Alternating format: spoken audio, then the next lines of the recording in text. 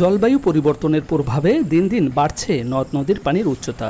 গতিপথ পরিবর্তনে তীব্র স্রোতে ধারাবাহিকভাবে ভাঙছে নদীর তীরসহ বেড়িবাঁধ। সম্প্রতি নিম্নচাপ ও অমাবর্ষার প্রভাবে ফুসে ওঠা নদীর পানিতে পটুয়াখালী সদর, দুমকি, গলাচিপা, দশমিনা, মির্জাগঞ্জ সহ আশপাশের ৩৮০ মিটার বেড়িবাঁধ ক্ষতিগ্রস্ত হয়েছে। ভাঙন রোধে স্থায়ী সমাধান না হওয়ায় লোহালিয়া, মুরাদিয়ায় নতুন করে বেড়িবাঁধ ভাঙার সম্ভাবনা দেখা দিয়েছে। এতে ঘর বাড়ি, গবাদি পশু ও শত একর জমির আমন ধান ও সবজি ক্ষেত বিলীন হওয়ার শঙ্কায় স্থানীয় কৃষকরা। ১০০ একর বই প্লাবিত হয়, কোনো কৃষি পাতা নাই, পুকুরে মাছ তাও চলিয়ে গেছে। এখন এই বেড়িবাঁধ স্থায়ীভাবে না হইলে আমাদের কোনো থাকবে না, খাওয়া দাওয়ার কোনো থাকবে না। আমরা খুব কষ্টে আছি।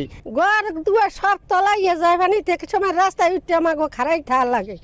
আমরা কোনোই করতে না, বাইরে যত মানুষের জায়গা জমি আছে সব পান্তে তলাই যেতে আছে বেরিয়ে ছুটতে। এখন ঘরে তো থাকলে কোনো পথ নাই, ঠেলার মধ্যে রাস্তায় উঠতে বইয়ে রয়েছে, কমে যাবো কোথায় যাইয়ে কোনো পাই না। তাড়াতাড়ি যদি এইটা না বাঁধে ২-১ দিনের মধ্যে, তো আমাকে দেশে থাকছাই না, থা ভালো।